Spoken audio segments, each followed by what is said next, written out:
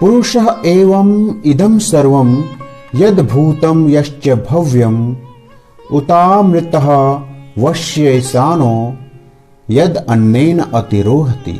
अर्थात इस सृष्टि में जो कुछ भी इस समय विद्यमान है वह अब तक हो चुका है और आगे भी भविष्य में होगा, वह सब परमात्मा पुरुष ही है। वह पुरुष उस अमरत्व का भी स्वामी है जो इस दृश्यमान भौतिक जगत के ऊपर है। आज का विज्ञान भी मानता है कि इस दृश्यमान जगत के अंदर की सच्चाई इसके ऊपर से दिखने वाले रूप से सर्वथा भिन्न है।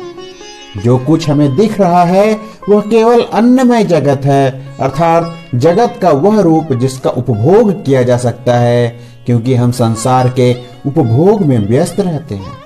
इसलिए हमें जगत का यह दृश्यमान रूप स्वभावतः सच्चा प्रतीत होता है, पर जब हम गहराई में जाते हैं तो ज्ञात होता है कि यह संपूर्ण संसार मूल रूप में चैतन्य स्वरूप परमात्मा के ही अभिव्यक्ति है।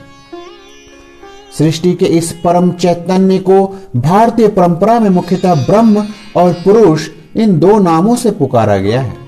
वेदांत में ब्रह्म शब्द प्रधान है। सर्वम खलु इदम ब्रह्मा, अर्थात इस संसार में जो कुछ भी है वह सब ब्रह्म ही है। सांख्य दर्शन जो सामान्यतया भारतीय चिंतन का आधार है, उसी परम चैतन्य को पुरुष नाम देता है। पुरीशेते इति पुरुषः, अर्थात जो शरीर रूपी नगर में शयन कर रहा है वह पुरुष है। मनुष्य के जीवन के मूल तत्व उनके शरीर, मन और विचार आदि नहीं है, अपितु उनके अंदर उठने वाली विभिन्न प्रकार की अनुभूतियां हैं। सुख, दुख, चिंता, भय, आशा, निराशा आदि अनुभूतियां प्रत्येक क्षण मनुष्य के जीवन को नियंत्रित करती हैं। हम प्रयत्न के द्वारा कोई अनुभूति अपने अंदर नहीं जगा सकते।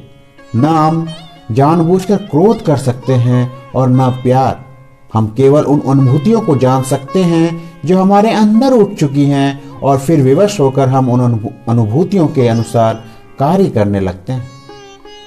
हमारी सभी अनुभूतियां हमसे परे किसी स्रोत से आती हैं, पर मन में सदा अशांत रहने के कारण हम अपनी अनुभूतियों के स्रोत को जान नहीं पाते। यदि हम ध्यान द्वारा अपने मन को सर्वथा शांत कर सकें तो हम देखेंगे कि हमारी अनुभूतियों और विचारों में एक ही अरूप चैतन्य अभिव्यक्त हो रहा है। वही चैतन्य पुरुष हमारा आंतरिक जीवन भी है और हमारे बाहर का जगत भी। इदम सर्व, यह जो कुछ भी इस समय विद्यमान है, यद भूतम, जो कुछ पहले हो चुका है, यत च भव्य, और जो कुछ भविष्य में होगा, वह सब पुरुष एवं पुरुष ही है।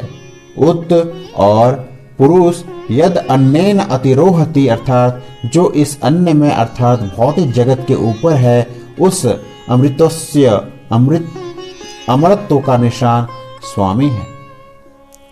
धन्यवाद।